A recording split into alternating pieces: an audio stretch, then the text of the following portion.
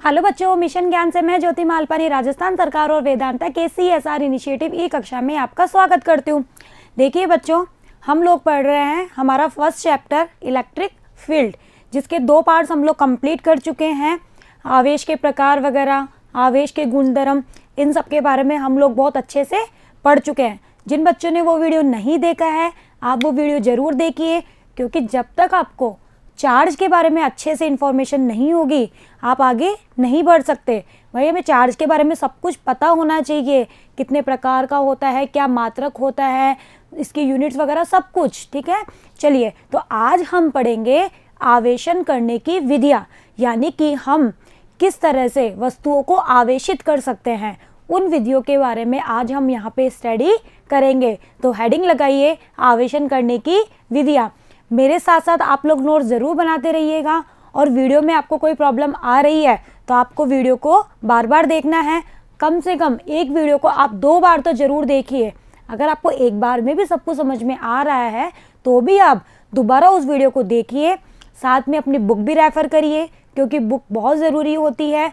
बहुत बार छोटी छोटी चीज़ें होती है जो हम लोग नहीं बता पाते हैं, आपको बुक में मिल जाती है, तो आप उसको अपने नोट्स में नोट डाउन करिए। ओके बच्चों, चलिए अब आज हम पढ़ते हैं कि हम किस तरह से वस्तुओं को आवेशित कर सकते हैं।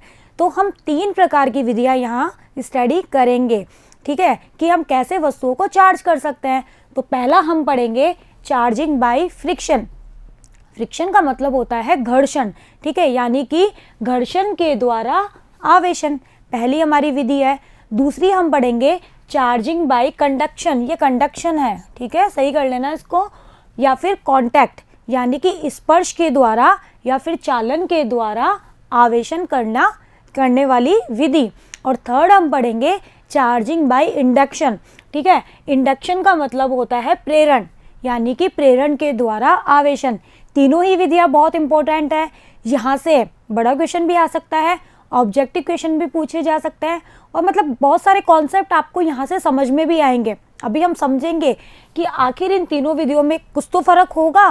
ठीक है, कुछ सिमिलरिटी भी हो सकती है, कुछ फ़र्क भी हो सकता है, तो हम देखेंगे अभी कि क्या यहाँ पे हमें फ़र्क नज़र आ रहा है। ओके, तो पहली हम पढ़ते हैं चार्जिंग बाय फ्रिक्शन, यानी कि घर्षण के द्वारा आवेशन। अब देखिए, घर्षण का नॉर्मल मतलब क्या होता है? घर्षण का नॉर्मल मतलब होता है रगड़ना। क्या होता है? रगड़ना। 2 वस्तुओं को रगड़ करके अगर हम उनको आवेशित करते हैं तो उसे ही हम क्या कहते हैं? घर्षण के द्वारा आवेशन। जब 2 वस्तुओं को आपस में रगड़ा जाता है तो उनमें जो भी विद्युत उत्पन्न होती है, तो हमने क्या करा? रगड़ा है 2 वस्तुओं को, तो उनमें जो भी विद्युत उत्पन्न होगी उसे हम कहेंगे घर्षण विद्युत। ठीक है, अब देखो, घर्षण के द्वारा एक वस्तु से दूसरी वस्तु में जो आपके इलेक्ट्रॉन्स होते हैं उनका स्थानांतरण होता है। ये पॉइंट बहुत इंपॉर्टेंट है, आप इसको नोट डाल के नोट डाउन करिएगा कि घर्षण के द्वारा हमेशा हम इलेक्ट्रॉन का एक वस्तु से दूसरी वस्तु में स्थानांतरण करते हैं। ओके, ठीक है, अब कैसे करेंगे वो हम अभी सीखेंगे, लेकिन आप इसको नोट डाल के जरूर लिखिएगा। इसमें क्या होता है कि इलेक्ट्रॉन स्थानांतरित हो रहे हैं, इट मीन्स एक वस्तु इलेक्ट्रॉन त्यागेगी। भाई इलेक्ट्रॉन स्थानांतरित कब होंगे? जब एक वस्तु तो इलेक्ट्रॉन त्यागेगी और दूसरी वस्तु क्या करेगी? इलेक्ट्रॉन ग्रहण करेगी। अब हम लोग लास्ट वीडियो में अच्छे से पढ़ चुके हैं कि जो वस्तु इलेक्ट्रॉन त्यागती है, ठीक है, तो वहाँ इलेक्ट्रॉन्स की क्या हो गई? कमी हो गई ना। भाई उस वस्तु ने इलेक्ट्रॉन त्याग दिए, यानी कि उसके पास इलेक्ट्रॉन की क्या हो गई?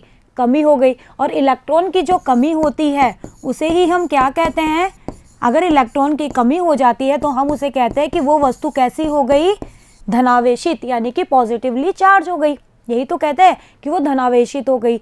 और दूसरी वस्तु, भाई एक वस्तु ने तो इलेक्ट्रॉन त्याग दिए, दूसरी वस्तु क्या करेगी? इलेक्ट्रॉन ग्रहण करेगी। भाई एक त्याग दी है तो दूसरी उससे लेगी। जो वस्तु इलेक्ट्रॉन लेती है तो वहाँ इलेक्ट्रॉन क्या हो गए? इलेक्ट्रॉन बढ़ गए। और जब इलेक्ट्रॉन बढ़ जाते हैं, इट मीन्स वो वस्तु कैसी हो जाती है? ऋणावेशित, नेगेटिवली चार्ज हो जाती है। ओके, तो इस तरह से हम एक वस्तु को पॉजिटिव चार्ज करेंगे और एक वस्तु को नेगेटिव चार्ज करेंगे। अब ये चीज़ आप लोगों को मैंने पहले भी बता दी थी कि पॉजिटिव, धनावेशित और ऋणावेशित का मतलब क्या होता है? इलेक्ट्रॉन की कमी होना या फिर प्रोटॉन की अधिकता होना, दोनों का मतलब होता है पॉजिटिव होना यानी कि धनावेशित होना। और इलेक्ट्रॉन की वृद्धि होना या फिर प्रोटॉन की कमी होना, उनका मतलब क्या होता है? वो वस्तु हमारी नेगेटिव चार्ज हो गई। इसको आप ऐसे भी समझ सकते हो, जैसे कोई दो पर्सन है, एक पर्सन ने किसी दूसरे व्यक्ति को पैसे उधार दिए ना, तो जिसने पैसे लिए वो तो क्या हो गया? ऋणी हो गया ना उसका, और जिसने दिए वो क्या हो गया? धनी हो गया। तो आप इस एग्जाम्पल के थ्रू भी इस चीज को याद कर सकते हो। बहुत बार ऐसा होता है कि बच्चे कंफ्यूज हो जाते हैं, ठीक है, उनको कॉन्सेप्ट अच्छे से पता होता है, सब कुछ होता है, लेकिन ज़्यादा फर्क नहीं होता ना इनकी लैंग्वेज में, तो हम कंफ्यूज हो जाते हैं। तो आप इस एग्जाम्पल से याद रखिए कि जो व्यक्ति पैसे लेगा यानी कि जो वस्तु इलेक्ट्रॉन लेगी वो ऋणी हो जाएगी, और जिसने इलेक्ट्रॉन दिए, ठीक है, यानी कि जिस व्यक्ति ने पैसे दिए वो क्या हो गया? धनी हो गया। तो आप कभी भी कंफ्यूज इसमें नहीं होंगे। और इसी का अपोजिट आप याद रखिए, अगर इलेक्ट्रॉन कम हो रहे हैं तो हमारे प्रोटॉन बढ़ रहे हैं, और अगर इलेक्ट्रॉन बढ़ रहे हैं तो हमारे प्रोटॉन कम हो रहे हैं। तो दोनों डेफिनेशन आप इजीली यहाँ से याद कर सकते हो। ओके, तो यहाँ पे यही चीज़ लिखी हुई है, जो वस्तु इलेक्ट्रॉन त्यागती है वो धनावेशित हो जाती है, और जो वस्तु इलेक्ट्रॉन ग्रहण करती है वो ऋणावेशित हो जाती है। धनावेशित है ये, इसको सही कर लेना। देखो थोड़ी बहुत प्रिंटिंग मिस्टेक हो जाती है तो उसको आप लोग खुद से भी करेक्ट कर सकते हो। ओके, चलिए अब इसका एग्जाम्पल क्या है भाई? हमें एग्जाम्पल भी अच्छे से पता होना चाहिए कि घर्षण के द्वारा हम आवेशन कर रहे हैं तो उसके क्या एग्जाम्पल हो सकते हैं। बुक में पढ़िएगा, बहुत सारे एग्जाम्पल हैं। एक एग्जाम्पल मैं बताती हूँ, एबोनाइट। एक एबोनाइट कोई धातु होती है, उस एबोनाइट की छड़ को अगर आप बिल्ली, जो हमारी कैट होती है, उसकी खाल से रगड़ो, बिल्ली की खाल से अगर आप रगड़ते हो तो एबोनाइट की जो छड़ है वो तो आपकी होगी ऋणावेशित, और जो हमारी बिल्ली की खाल है वो क्या होगी बच्चों? धनावेशित होगी। ठीक है, एबोनाइट, जैसे मान लीजिए ये एबोनाइट की छड़ है, ठीक है, और ये हमारी बिल्ली की खाल है। ये तो हमारी क्या है? एबोनाइट की छड़, और ये क्या है? बिल्ली की खाल। अगर आपने इन दोनों को रगड़ा तो क्या होगा? हमारी जो एबोनाइट की जो छड़ है वो तो कैसी हो जाएगी? नेगेटिव, और जो बिल्ली की खाल है वो पॉजिटिव। अब बताओ, अगर आपको इतना पता चल गया कि एबोनाइट की जो छड़ है वो नेगेटिव हो गई, तो अब आप इसकी थ्योरी नहीं दे सकते हो? दे सकते हो ना। कैसे हुई नेगेटिव? नेगेटिव हुई, इट मीन्स इसने इलेक्ट्रॉन लिए होंगे। और बिल्ली की खाल पॉजिटिव हो रही है, इट मीन्स उसने इलेक्ट्रॉन दिए होंगे। यानी कि बिल्ली की खाल से यहाँ से जो इलेक्ट्रॉन है वो क्या होंगे? इस छड़ के ऊपर स्थानांतरित हो जाएंगे, जिसकी वजह से यहाँ इलेक्ट्रॉन्स की कमी आ जाएगी, जिसकी वजह से ये तो हो जाएगी पॉजिटिव यानी कि धनावेशित, और यहाँ इलेक्ट्रॉन बढ़ गए, ठीक है, इसकी वजह से ये कैसी हो गई? Negatively charge. इसका दूसरा एग्जाम्पल कांच की छड़ वाला भी आप ले सकते हो, कि अगर आप एक कांच की जो छड़ है उसको रेशम के कपड़े से रगड़ो तो कांच की जो छड़ है वो तो हो जाती है धनावेशित, और जो हमारा रेशम का कपड़ा है वो क्या हो जाता है बच्चों? ऋणावेशित। अब थोड़ा सा माइंड में यहाँ पे एक क्वेश्चन बन सकता है, वो ये कि बिल्ली की जो खाल है, थोड़ा सा मैं इसको इरेज करती हूँ ताकि आप लोगों को क्लियरली दिखाई दे कि बिल्ली की जो खाल है वो पॉजिटिव ही क्यों हुई? इट मीन्स ये कि बिल्ली की खाल ने इलेक्ट्रॉन क्यों त्यागे? एबोनाइट की छड़ भी तो त्याग सकती थी। हो सकता है ना ये क्वेश्चन भी तो माइंड में कि भाई बिल्ली की खाल ही क्यों इलेक्ट्रॉन त्याग रही है? एबोनाइट की छड़ भी त्याग सकती थी ना। तो देखो, इलेक्ट्रॉन वो वस्तु त्यागती है जिसमें जो भी उसके जो इलेक्ट्रॉन्स होते हैं ना, वो उनके मध्य जो दृढ़ता होती है वो कम होती है। यानी कि वो आपस में बंधे हुए तो रहते ही हैं, लेकिन उनमें दृढ़ता जो होती है वो बहुत कम होती है। तो वो वस्तु हमेशा त्यागेगी, और जिनमें इलेक्ट्रॉन दृढ़ता से, मजबूती से बंधे हुए हैं, वो अपने इलेक्ट्रॉन्स बाहर निकाल ही नहीं पाएगी, तो वो वस्तु इलेक्ट्रॉन त्याग ही नहीं सकती। तो हमारी जो बिल्ली की खाल होती है उसमें जो इलेक्ट्रॉन्स होते हैं वो कम दृढ़ता से बंधे होते हैं, यानी कि इलेक्ट्रॉन्स जो होते हैं उनके बीच की जो दृढ़ता होती है वो कम होती है, जिसकी वजह से जैसे ही उसको दूसरी वस्तु मिल गई वहाँ से इलेक्ट्रॉन क्या करेंगे? मूव करेंगे और एबोनाइट की छड़ में चले जाएंगे। तो इसीलिए ये क्या हो गई? Positively charge. और इसमें जो इलेक्ट्रॉन्स थे वो उनमें दृढ़ता बहुत ज़्यादा थी, उसमें जो दृढ़ता है इनके मध्य वो बहुत ज़्यादा थी, जिसकी वजह से यह इलेक्ट्रॉन नहीं त्याग पा रही थी।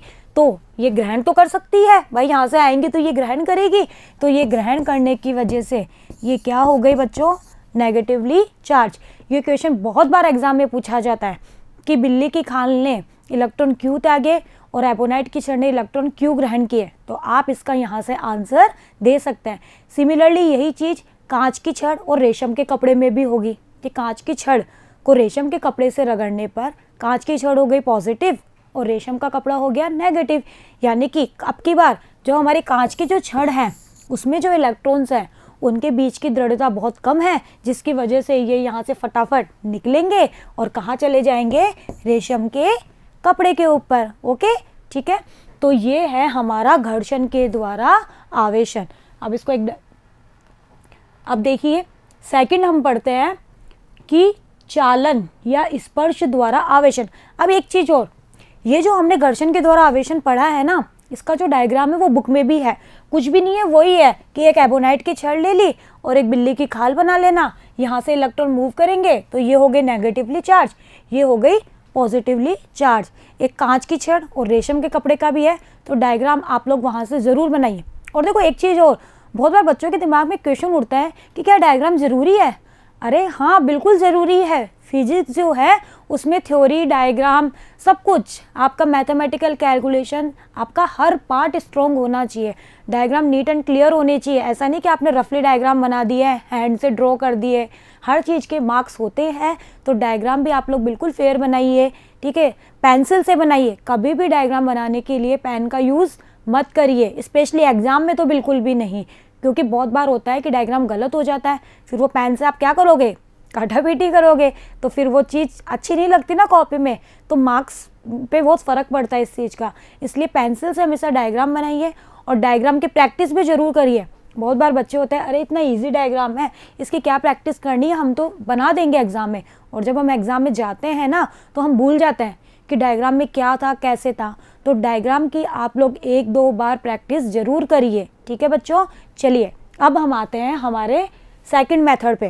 भाई आवेशन करने की और भी विधियां हैं, घर्षण ही एक विधि नहीं है, और भी बहुत सारी विधियां हैं, तो उनके बारे में हम यहाँ पे स्टडी करेंगे। हम 3 विधियां यहाँ पढ़ रहे हैं। दूसरा है चालन या फिर स्पर्श के द्वारा आवेशन, यानी कि अब की बार हम वस्तुओं को स्पर्श कराएंगे। जैसे ये कोई एक वस्तु है, ये दूसरी वस्तु है, इसमें से एक वस्तु होगी हमारी कैसी, आवेशित। भाई एक को तो आवेशित होना जरूरी है तभी तो, और दूसरी कैसी लेंगे हम, अनावेशित। और इन दोनों को जब हम स्पर्श कराएंगे तो हम क्या देखेंगे, हम ये देखेंगे कि हमारी जो अनावेशित वस्तु है वो भी आवेशित हो चुकी है।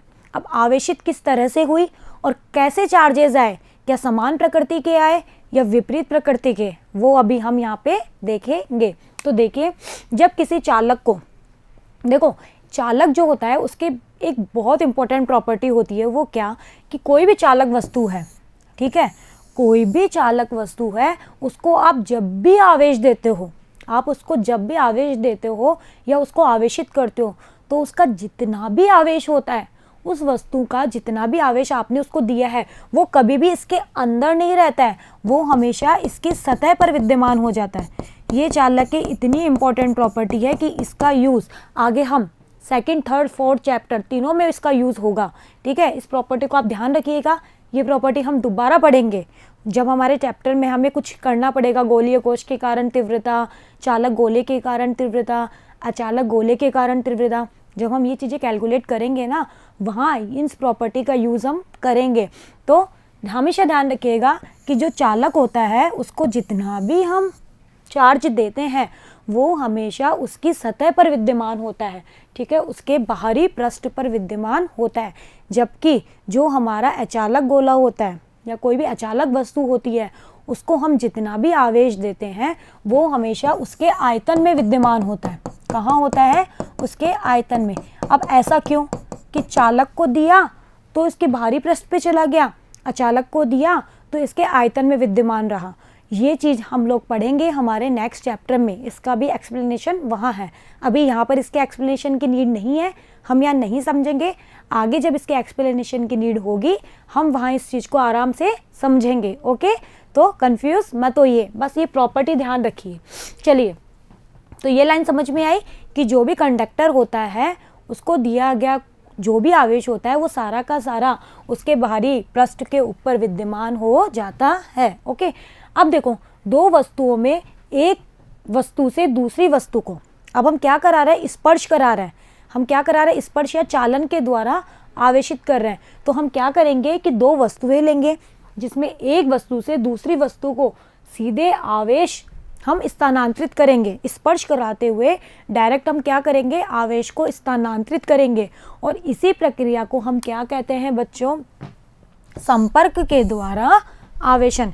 जैसे ये कोई एक वस्तु है, ये दूसरी वस्तु है, एक वस्तु हमारी चार्ज्ड है, दूसरी अनचार्ज है, तो इन दोनों को हम डायरेक्ट कांटेक्ट में लाएंगे, जिसकी वजह से जो भी हमारी चार्ज जो ऑब्जेक्ट है उससे क्या होंगे, जो इलेक्ट्रॉन्स या प्रोटॉन्स कुछ भी होंगे वो क्या करेंगे, इसके ऊपर मूव करेंगे, यानी कि स्थानांतरित होंगे और दोनों वस्तुएं चार्ज हो जाएगी। इसीलिए इस प्रक्रिया को हम क्या कहते हैं बच्चों, चालन या फिर स्पर्श या फिर संपर्क के द्वारा आवेशन। ओके, चलिए, संपर्क या चालन के द्वारा हमेशा ध्यान रखिएगा समान प्रकृति के आवेशों का स्थानांतरण होता है।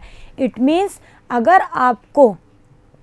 आपको मान लो कि किसी वस्तु को पॉजिटिवली चार्ज करना है और आप यूज़ कर रहे हो क्या विधि, संपर्क या चालन के द्वारा आवेशन, तो आपको अगर इस वस्तु को पॉजिटिव चार्ज करना है तो जो दूसरी आप चार्ज वाली वस्तु ला रहे हो वो भी पॉजिटिव ही होनी चाहिए, क्योंकि अगर ये पॉजिटिव है तभी इसके ऊपर पॉजिटिव आएंगे अगर आप इनको कांटेक्ट में लाएंगे।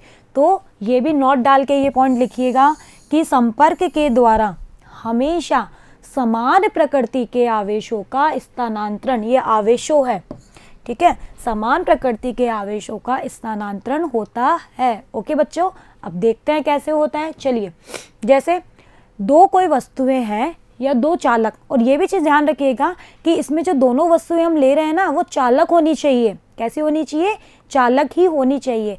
और दूसरी बात एक और ध्यान रखिएगा कि जो दोनों वस्तुएं है वो समान आकार की या समान त्रिज्या की होनी चाहिए। आप ऐसे नहीं कर सकते हो कि एक वस्तु को तो ले रहे हो इतनी बड़ी और दूसरी ले रहे हो इतनी बड़ी, तो फिर वो डिपेंड करेगा, इनके कैपेसिटेंस में फ़र्क आ जाएगा जो हम आगे पढ़ेंगे, जिसकी वजह से इनके ऊपर समान मात्रा में आवेश स्थानांतरित नहीं होंगे।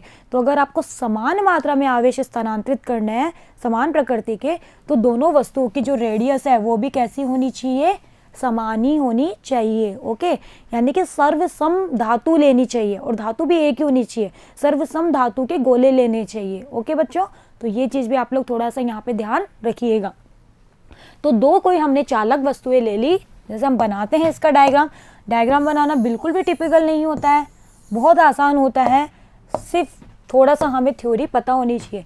दो वस्तुएं हैं, उनको यदि कुचालक स्टैंड, भाई कोई भी दो वस्तुएं ले लो जिनकी रेडियस समान होनी चाहिए और इनको नीचे किसी कुचालक स्टैंड पे रख दो। कुचालक स्टैंड पे रखना जरूरी है, वरना इसको जितना भी चार्ज देंगे वो क्या होगा, अर्थ में चला जाएगा ना, इसलिए हमने नीचे कुचालक लगा दिया, क्योंकि कुचालक की खासियत होती है कि ये चार्ज को अर्थ में नहीं जाने देता है ना। चलिए, तो जब इनको कुचालक स्टैंड के ऊपर रख दिया तो क्या होगा, इनमें से एक वस्तु जो है वो हमारी आवेशित है। मान लो ये वस्तु हमारी आवेशित है, मान लो इसके ऊपर प्लस क्यू चार्ज है, ऑलरेडी आवेशित है, ठीक है, ये मान लो ए गोला है, ये मान लो बी गोला है। यदि इन्हें अब कांटेक्ट में लाए, अब आप अगर इसको इसके पास में लेके आओगे तो क्या होगा, आवेश क्या होगा, अब आप इसको इसके पास में लेके आओगे, स्पर्श कराए तो आवेश जो होगा भाई इसके ऊपर जो भी आवेश है उनमें प्रतिकर्षण होगा। भाई पॉजिटिव होते हैं वो एक दूसरे के दुश्मन होते हैं, नेगेटिव होते हैं वो भी क्या होते हैं, एक दूसरे के दुश्मन होते हैं। तो इसके ऊपर जो भी समान प्रकृति के आवेश हैं उनमें प्रतिकर्षण होगा ना भाई, वो दूर भागेंगे एक दूसरे से।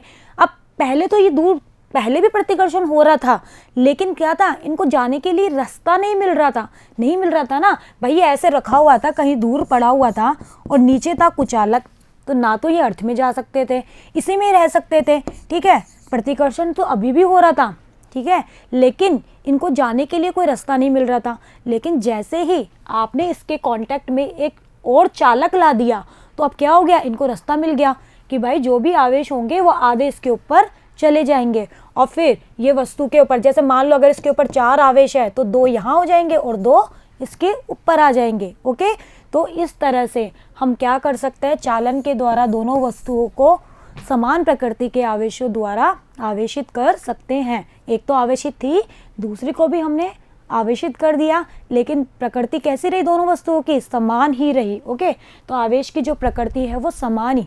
सिमिलरली अगर आप दोनों, ये मान लो इसको नेगेटिवली चार्ज किया तो नेगेटिव नेगेटिव में भी प्रतिकर्षण होगा, तो अब की बार इसके ऊपर भी नेगेटिव चार्ज आ जाएंगे। ठीक है, चलिए अब इसका डायग्राम है ये। जैसे मान लो ये हमारी कोई ए वस्तु है, ये हमारी कोई बी वस्तु है। बी हमारी चार्ज है, आवेशित चालक है, ये हमारा अनावेशित चालक है और कुचालक स्टैंड पे इनको रखा गया है। अब जैसे ही हमने इनको कांटेक्ट में लाया, ये देखो दोनों क्या हो रहे हैं, टच हो रहे हैं। जैसे ही कांटेक्ट में लाया तो ये मान लो इसके ऊपर 4 आवेश थे, हमने इसको आवेशित किया था, 4 आवेश थे, इनमें प्रतिकर्षण होगा, प्रतिकर्षण होगा। जैसे ही हम कांटेक्ट में लाया तो इन बेचारे आवेशों को क्या होगा, रास्ता मिल जाएगा जाने का। तो 2 इसके ऊपर आ गए और 2 इसके ऊपर, और फिर जब हमने इन दोनों को अलग अलग कर लिया तो 2 इसके ऊपर रह गए और 2 इसके ऊपर। तो बताओ ये चार्ज हुई नहीं हुई, हुई ना। और आवेश प्रकृति समान थी या नहीं, यहाँ पॉजिटिव थे तो इसके ऊपर भी क्या है, पॉजिटिव ही, तो था ना इजी। तो चार्जिंग बाय कांटेक्ट इजी है। बस ये चीज़ ध्यान रखना कि दोनों जो धातु के गोले, इनकी रेडियस क्या होनी चाहिए, समान, तभी ये समान आवेश वितरित होंगे। ओके, नहीं तो फिर इनकी कैपेसिटेंस में फ़र्क आ जाता है, जिसकी वजह से समान मात्रा में आवेश वितरित नहीं हो पाते हैं। चलिए अब नेक्स्ट हम पढ़ते हैं हमारा आज का लास्ट टॉपिक, क्या, प्रेरण के द्वारा आवेशन, यानी कि चार्जिंग बाय इंडक्शन। अब प्रेरण के द्वारा आवेशन, प्रेरण, देखो प्रेरण प्रेरित होना, एक तरह से यही तो वर्ड होता है। प्रेरण का मतलब क्या होता है, प्रेरित होना। प्रेरण में हम क्या करेंगे, हम 2 वस्तुएं जरूर लेंगे, ठीक है, एक आवेशित होगी और दूसरी ऋणावेशित, लेकिन हम दोनों वस्तुओं को कांटेक्ट में नहीं लाएंगे, हम दोनों वस्तुओं को कांटेक्ट में नहीं लाएंगे। हम क्या करेंगे, हम सिर्फ कुछ दूरी के ऊपर रखेंगे। जैसे ये अनावेशित वस्तु है, ये मेरी चार्ज वाली वस्तु है, तो हम इसको कुछ दूरी के ऊपर रखेंगे, और दूरी के ऊपर रखने पर हम देखेंगे कि इंडक्शन के द्वारा इस वस्तु में भी चार्ज उत्पन्न हो जाएंगे। लेकिन फिर आप सोच रहे होंगे कि भाई संपर्क में ले आते, लेकिन इंडक्शन जो विधि होती है उसका यूज़ हम कब करते हैं, जब हमें विपरीत प्रकृति के आवेश लेने हो। यानी कि अगर ये वस्तु पॉजिटिव है और हम चाहते हैं कि इस वस्तु के ऊपर नेगेटिव चार्ज आए, तो हम इनको इंडक्शन के द्वारा यहाँ पर प्रेरित आवेश ला सकते हैं। यानी कि यहाँ पर विपरीत प्रकृति के आवेश उत्पन्न होंगे। अगर ये पॉजिटिव है तो इस पे नेगेटिव आएंगे, अगर ये नेगेटिव है तो इसके ऊपर पॉजिटिव आएंगे। तो ये चीज़ आप लोग यहाँ पे ध्यान रखिएगा। तो यदि किसी आवेशित वस्तु को अनावेशित वस्तु पर बिना संपर्क में लाए, संपर्क में नहीं लाना है, सिर्फ कुछ दूरी के ऊपर रखना है, बिना संपर्क में लाए विपरीत प्रकृति के आवेश उत्पन्न हो जाए, अनावेशित वस्तु पर विपरीत प्रकृति के अगर आवेश उत्पन्न हो रहे हैं, तो इस विधि को हम क्या कहते हैं बच्चों, प्रेरण के द्वारा आवेशन, यानी कि चार्जिंग बाय इंडक्शन। देखो इंग्लिश वर्ड्स भी आप लोग जरूर याद रखिए, भले ही आपके 12th में ये काम में नहीं आएंगे, लेकिन आगे आपके लिए बहुत हेल्पफुल होंगे। ओके, चलिए अब इसका क्या एग्जाम्पल है, भाई हमने थ्योरी तो पढ़ ली, अब इसका भी कुछ प्रैक्टिकल करके देख लेते हैं कि कैसे हमने विपरीत प्रकृति के आवेश उत्पन्न तो किए, वो भी बिना कांटेक्ट में लाए। चलो देखते हैं। जब किसी अनावेशित धातु की कोई गेंद है, हमने एक धातु की गेंद ले ली है जो अनावेशित है और उसको कुचालक स्टैंड पे रख दिया है।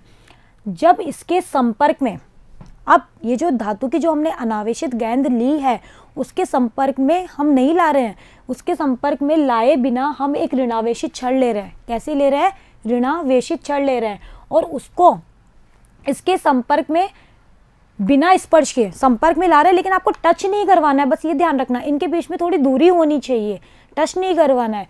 तो उस कंडीशन में क्या होगा, धातु की जो गेंद है, धातु की जो गेंद है, भाई धातु है तो उसमें मुक्त इलेक्ट्रॉन तो होंगे, भाई धातु मतलब चालक, यानी कि उसमें मुक्त इलेक्ट्रॉन होंगे। अब मान लो ये मेरी धातु की गेंद है, ओके, और ये मेरी ऋणावेशित छड़ है। अब ये धातु की गेंद नीचे कुचालक स्टैंड पे रखी हुई है, तो मुक्त इलेक्ट्रॉन नीचे तो जा नहीं सकते, नहीं जा सकते ना। अब जैसे ही मैं ये ऋणावेशित छड़ यहाँ पे लेके आई, तो इसके अंदर जितने भी मुक्त इलेक्ट्रॉन्स होंगे वो क्या होंगे, उनमें प्रतिकर्षण होगा। क्यों, क्योंकि ये भी नेगेटिवली चार्ज है और इसमें जो मुक्त इलेक्ट्रॉन्स हैं इनके बीच में क्या होगा, प्रतिकर्षण। भाई इलेक्ट्रॉन इलेक्ट्रॉन एक दूसरे के दुश्मन, तो इनके बीच में प्रतिकर्षण हुआ, जिसकी वजह से क्या होगा, जो ये मुक्त इलेक्ट्रॉन्स होंगे वो इस छड़ से दूर, जैसे ये छड़ अगर आप इधर से कांटेक्ट में ला रहे हो और ये गोला है तो इधर की तरफ स्थानांतरित हो जाएंगे, ठीक है। जो भी मुक्त इलेक्ट्रॉन्स होंगे वो इधर की तरफ, और अगर आप ऐसे कर रहे हो कि अगर आप इधर से कांटेक्ट में ला रहे हो तो अब की बार मुक्त इलेक्ट्रॉन इधर चल जाएंगे। भाई ये दूर जाना चाहेंगे, बाहर जाने का इनके पास में रास्ता नहीं है। क्यों? क्योंकि नीचे कुचालक स्टैंड है और आसपास हमने कोई चालक भी नहीं रख रखा है, जिसकी वजह से ये बाहर तो जा नहीं सकते इसके मुक्त इलेक्ट्रॉन्स, लेकिन ये इस छड़ वाले सिरे से दूर की तरफ यानी कि दूसरी तरफ ये विस्थापित हो जाएंगे। अब जब ये मुक्त इलेक्ट्रॉन अपनी जगह छोड़े, भाई ये डायग्राम से समझिए, जैसे ये और ये ऋणावेशी छड़ है, मैंने दोनों को कांटेक्ट में नहीं लाया। जैसे ही मैंने इस ऋणावेशी छड़ को इसके थोड़ा सा दूर रखी तो इसमें जो भी मुक्त इलेक्ट्रॉन्स है उनमें प्रतिकर्षण होगा और वो क्या करेंगे, इस छड़ से दूर इधर विस्थापित हो गए। अब यहाँ से ये जगह छोड़ के गए तो यहाँ पर क्या हो गया, इलेक्ट्रॉन की कमी हो गई। इलेक्ट्रॉन की कमी यानी कि यहाँ पर एक धनावेश उत्पन्न हो गया और उसी धनावेश को हमने कहा प्रेरित आवेश, और उसी धनावेश को हम क्या कहते हैं बच्चों, प्रेरित आवेश। ठीक है, हुआ नहीं हुआ भाई, इलेक्ट्रॉन ने अपनी जगह छोड़ी, इलेक्ट्रॉन यहाँ से चले गए, यहाँ से इलेक्ट्रॉन इधर विस्थापित हो गए तो यहाँ इलेक्ट्रॉन की कमी हो गई, इलेक्ट्रॉन की कमी हो गई तो यहाँ पर एक प्रेरित आवेश उत्पन्न हो गया। अब हम क्या करेंगे, विस्थापित हो गए, गेंद कुचालक पर रखी है इसलिए धातु से बाहर तो ये जा नहीं सकते, और बाई ओर इतनी ही मात्रा में क्या हो गए, नेगेटिव आवेशों की कमी हो गई। और नेगेटिव आवेशों की कमी मतलब धनात्मक आवेश हो गए। इन्हीं आवेशों को हम क्या कहते हैं, प्रेरित आवेश कहते हैं, और इसीलिए इस विधि का नाम क्या पड़ गया, प्रेरण के द्वारा आवेशन। अब देखो, अभी तक हमारा प्रैक्टिकल पूरा नहीं हुआ है, अभी तक तो सिर्फ इतना है कि ये कंडीशन आई है, सिर्फ ये कि ये कोई धातु की गेंद थी, ये मान लो आपकी क्या है, धातु की गेंद, और इसके पास में आप लोग क्या लेके आए हो, एक नेगेटिव छड़ लेके आए हो, तो यहाँ पर तो मतलब प्रेरित धनावेश उत्पन्न हो गया और यहाँ पर इसके जो भी मुक्त इलेक्ट्रॉन थे वो इसके इस सिरे पर विस्थापित हो गए। अब अभी तक तो बताओ इस कंडीशन में ये जो भी हमारी धातु की गेंद है वो बताओ न्यूट्रल, उदासीन है या नहीं, है ना भाई। जितने इलेक्ट्रॉन यहाँ है उतने प्रेरित धनात्मक आवेश उत्पन्न हुए हैं, तो टोटल तो जीरो ही है। अभी तक ये चार्ज थोड़ी हुई है, चार्ज कब होगी, जब हम इन नेगेटिव चार्ज को हटा दें। अगर हम यहाँ पे जो ये मुक्त इलेक्ट्रॉन्स थे इनको यहाँ से हटा दे तब ये क्या होगी, पॉजिटिवली चार्ज होगी ना। अब इनको हटाने का क्या तरीका, इनको हटाने का तरीका होता है कि हम क्या करेंगे, इसको ग्राउंडेड कर देंगे। इसको क्या कर देंगे, ग्राउंडेड। ग्राउंडेड का मतलब समझते हो, ग्राउंडेड को हिंदी में कहते हैं भू संपर्कित, यानी कि हमने एक तार के माध्यम से इस धातु की गेंद को पृथ्वी से जोड़ दिया, यानी कि हमने इसको भू संपर्कित कर दिया। ठीक है, पृथ्वी से जोड़ दिया इसको। जब हमने इसको पृथ्वी से जोड़ दिया इट मीन से ग्राउंडेड हो गई। अब क्या होगा वो सुनिए, जैसे ही हमने इस तार के माध्यम से इसको भू संपर्कित कर दिया धातु की गेंद को, तो क्या होगा, ये जो मुक्त इलेक्ट्रॉन है बताओ इनको अब रास्ता मिला नहीं मिला जाने का। अब नीचे कुचालक थोड़ी है, हमने इसको ग्राउंड कर रखा है, तो अब ये मुक्त इलेक्ट्रॉन इस तार के माध्यम में से होते हुए क्या करेंगे, अर्थ में चले जाएंगे। और आपको अच्छे से पता है कि अर्थ का जो पोटेंशियल होता है वो हम जीरो मान के चलते हैं, इसका मानक जो विभव होता है वो हम जीरो मान के चलते हैं और ये हमेशा सेम रहता है। तो अब सारे के सारे जो भी ये इलेक्ट्रॉन थे मुक्त वाले जो इधर की तरफ आए थे वो सारे के सारे इस वायर में होते हुए पृथ्वी में चले गए। तो बताओ अब इसके ऊपर ओनली क्या बचे, पॉजिटिव चार्ज तो बचे। अब आप अगर इस छड़ को भी हटा लो तो भी आपकी ये जो धातु की गेंद है ये पॉजिटिवली चार्ज हो जाएगी, और इसी विधि को हम क्या कहते हैं, प्रेरण के द्वारा आवेशन, क्योंकि यहाँ पर जो आवेश उत्पन्न हुआ है वो प्रेरित आवेश है, इसीलिए इस विधि का नाम पड़ गया प्रेरण के द्वारा आवेशन। और इसके द्वारा हमेशा विपरीत प्रकृति के आवेश उत्पन्न होते हैं। छड़ थी नेगेटिव लेकिन धातु की गेंद कैसी हो गई, पॉजिटिव। ये चीज़ समझ में आई। और देखो सेम यही प्रोसेस, अगर आपको इस धातु की जो गेंद है या कोई भी जो वस्तु है उसको आपको नेगेटिवली चार्ज करना है तो अब की बार आप पॉजिटिव छड़ लेके आओ। पॉजिटिव छड़ लेके आओगे तो क्या होगा, जैसे ये पॉजिटिव छड़ है तो अब की बार इसके जो भी पॉजिटिव चार्ज होंगे वो प्रतिकर्षण के कारण एक सिरे पे चले जाएंगे, यहाँ पर उतनी ही मात्रा में नेगेटिव चार्ज उत्पन्न हो जाएंगे जिनको हम क्या कहेंगे, प्रेरित ऋणावेश। अब हमें इन पॉजिटिव चार्ज को हटाना है तो मैंने इसको वापस क्या कर दिया, ग्राउंड कर दिया। अब की बार क्या होगा, ये पॉजिटिव चार्ज है तो अर्थ में से इलेक्ट्रॉन जाएंगे, जितने यहाँ पर ये पॉजिटिव चार्ज हैं उतने ही इलेक्ट्रॉन अर्थ में से जाएंगे इस वायर से होते हुए और इनको उदासीन कर देंगे, ओनली इनको, जिसकी वजह से इसके ऊपर क्या बचेगा, केवल नेगेटिव चार्ज। और फिर अगर आप इसको भी हटा लो, इसको भी अगर आप हटा लो, इस छड़ को भी, तो ये कैसी हो गई, नेगेटिवली चार्ज। तो ये चीज़ आप हमेशा ध्यान रखना।